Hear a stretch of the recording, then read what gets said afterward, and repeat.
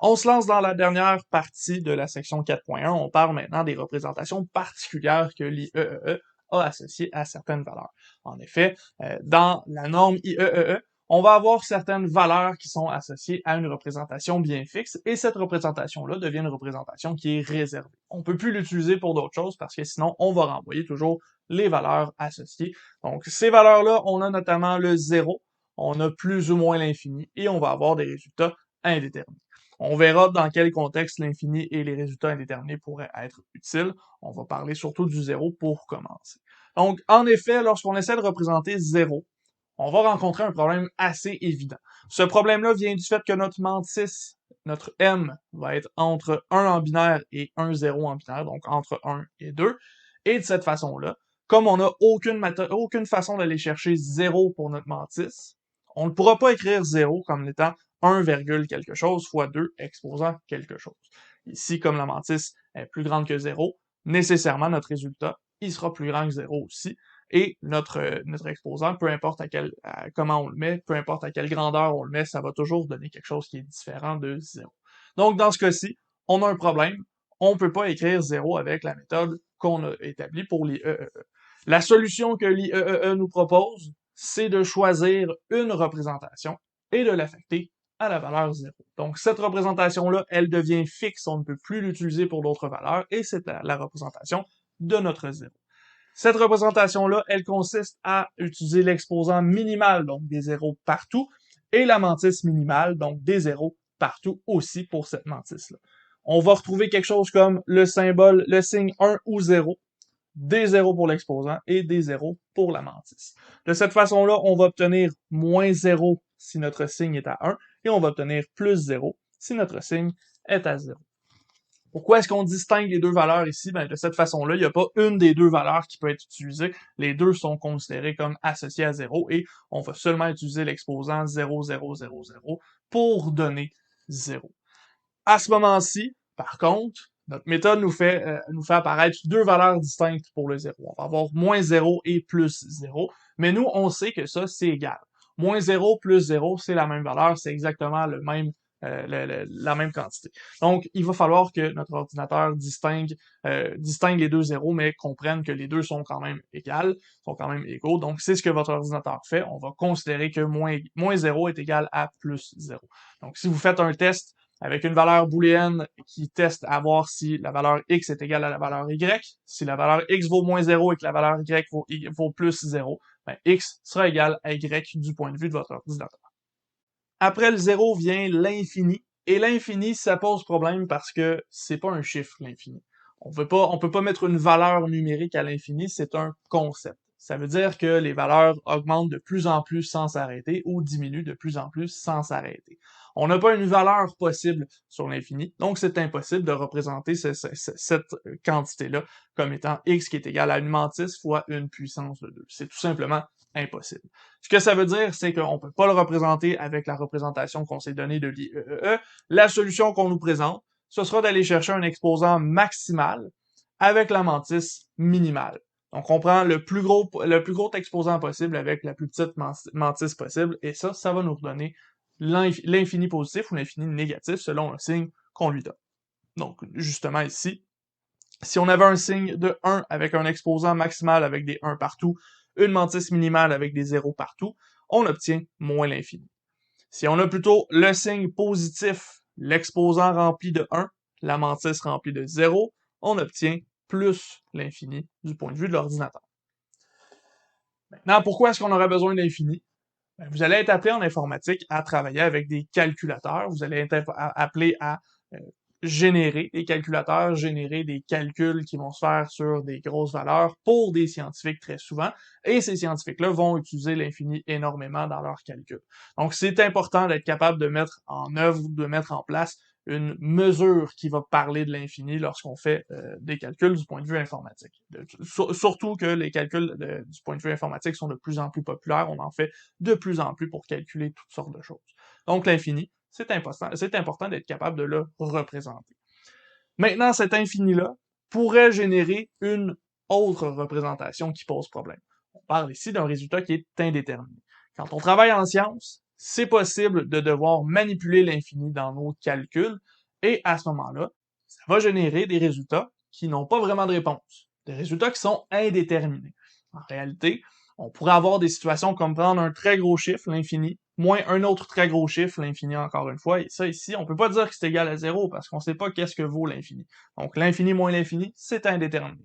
L'infini divisé par l'infini, encore une fois, une très grande valeur divisée par une autre très grande valeur. On ne sait pas laquelle est la plus grande des deux, donc ici, on ne peut pas donner de résultat. Et encore une fois, 0 fois l'infini. Ici, si on a un 0 qui n'est pas exactement 0, une très très très petite valeur qui s'approche de 0 mais qui n'est pas exactement égale à 0, le résultat, on ne peut pas le trouver non plus. Donc ici, on a des exemples de résultats indéterminés. Ici, il faudrait être capable d'indiquer à notre utilisateur qu'est-ce qui vient de se passer. Est-ce que ça donne un chiffre? Est-ce que ça donne en réalité un résultat qui est indéterminé? La solution que l'IEEE nous a proposée, c'est d'aller chercher un signe négatif, d'aller chercher un exposant maximal et d'aller chercher une mantis qui est égale à 1. Qu'est-ce que ça veut dire? Ça veut dire que dans une représentation, on aurait un 1 pour le signe, des 1 partout pour l'exposant, un 1 au début de la mantis et des 0 partout ailleurs. Donc, on va commencer par plein de 1, puis seulement des 0. À ce moment-là, on indique à notre ordinateur que le résultat, il est indéterminé. Donc ici, on a effectivement une situation où on a une représentation particulière pour un résultat particulier. Ceci étant dit, ça fait le tour de la section C. Il nous reste encore une notion à aller chercher sur notre norme de l'IEEE. Quand on travaillait avec les entiers, les types d'entiers signés ou non, courts ou longs, on allait chercher toujours les valeurs maximales et minimales qu'on pouvait obtenir. On allait chercher les limites de nos représentations. C'est exactement ce qu'on va faire ici. Mais là, ici, on travaille avec une représentation particulière, donc il va falloir qu'on fasse un petit peu plus d'analyse. Donc, dans un instant, on va parler de la section D, on va aller chercher les valeurs maximales et minimales de notre représentation de l'IEEE, et on va voir que, étant donné qu'on restreint la mantis dans notre nombre de l'IEEE, on perd un peu de précision. Donc, c'est pour ça que on a des doubles qui peuvent être plus intéressants que des simples, et même avec ces informations-là, on peut quand même perdre de l'information. Donc, j'efface mon tableau et on continue avec une petite notion de limite sur nos informations de la norme de l'IEEE. Donc, le domaine de nos nombres réels, ici, on va aller le borner avec une valeur maximale et une valeur minimale, puis on va voir que la façon qu'on a construit notre exposant et notre mantis, on va avoir une limite dans la précision de valeurs qu'on va être capable d'aller chercher. Donc, on commence par le max et le min, et là, ici, ce max et ce min-là, ils vont être très faciles à calculer, étant donné qu'on utilise la notation scientifique en binaire. Cette notation scientifique-là nous permet d'aller chercher des très grandes valeurs ou des très petites valeurs de la même façon. Il suffit seulement d'aller rajouter un plus ou un moins à l'avant pour avoir un max ou un min. Donc, la méthode sera toujours la même. On va aller chercher le plus grand exposant qu'on peut sans aller chercher des exposants réservés. Et on va aller chercher la mantis la plus grande possible. Donc, ce qu'on veut dire par là, c'est l'exposant suivant. Donc, des 1 partout sauf à la dernière position. Ce 1-là, on peut pas l'ajouter parce que sinon, on se ramasse dans la situation où on a l'infini. C'est pas ce qu'on veut. Donc ici, on va diminuer de 1 notre exposant. Et à ce moment-là, ben, on va utiliser la mantis la plus grosse possible. On remplit de 1 cette mantis. À ce moment-là, on va obtenir un max ou un min si on met un plus ou un moins. Donc si on met un 1 ou un 0 dans notre signe. Et si on se déplaçait en 32 bits, par exemple, notre exposant 1, 1, 1, 1, 1, 1, 1, 0, ça correspond à 254 en décimale. Si on lui enlève le biais, ça nous donne 127. Donc, on se retrouve avec la valeur plus ou moins 1,231 ici, fois 2 exposant 127. À ce moment-ci, on peut transférer ça en décimale et on obtient plus ou moins 3,402 823 466 fois 10 à la 38. Je sais pas si vous êtes capable de visualiser 10 à la 38, mais c'est gros. C'est très, très, très gros, 10 à la 38. Donc, on est capable d'aller chercher une immense quantité de valeurs avec cette notion-là. Et ici, on est seulement avec le réel simple. On n'est même pas allé chercher le réel double où on a encore plus de place dans notre mantis. Ceci étant dit, maintenant, on va parler de la précision qu'on pourrait perdre. Donc, précision, qu'est-ce qu'on veut dire par là? Ici, on se dit que entre deux nombres réels, habituellement, il y a une infinité de nombres. Mais comme on a restreint l'exposant et la mantis, on va pas réellement chercher une infinité de nombres. On va chercher une infinité de nombres à une certaine précision.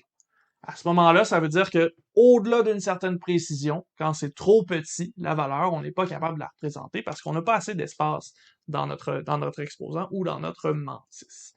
En effet, comme l'exposant est restreint à une certaine quantité et comme la mantis est restreinte à une certaine quantité, on ne pourra pas aller plus bas que certaines valeurs.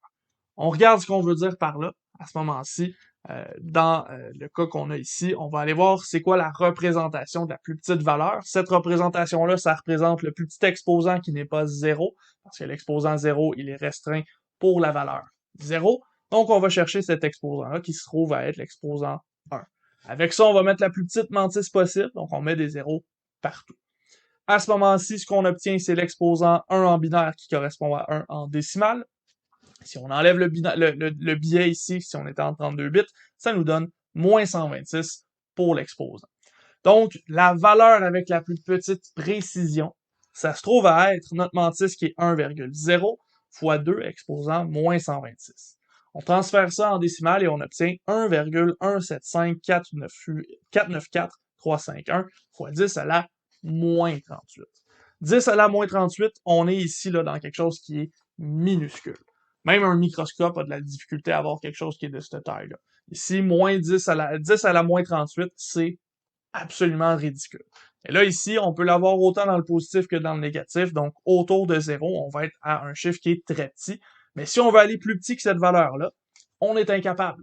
On est incapable parce qu'on ne peut pas réduire notre exposant et on ne peut pas réduire la mantis. Dans ce cas-ci, c'est restreint par la quantité qu'on avait de bits pour l'exposant et la quantité de bits qu'on avait pour la mantis. C'est ça ici qui restreint la limite de nos valeurs. Donc, on va être capable d'aller chercher des très grandes valeurs, des très petites valeurs, mais à une certaine précision, on est incapable d'aller chercher ces valeurs-là. Et c'est un peu normal, hein? C'est logique. Quand on y pense, les nombres réels, c'est continu.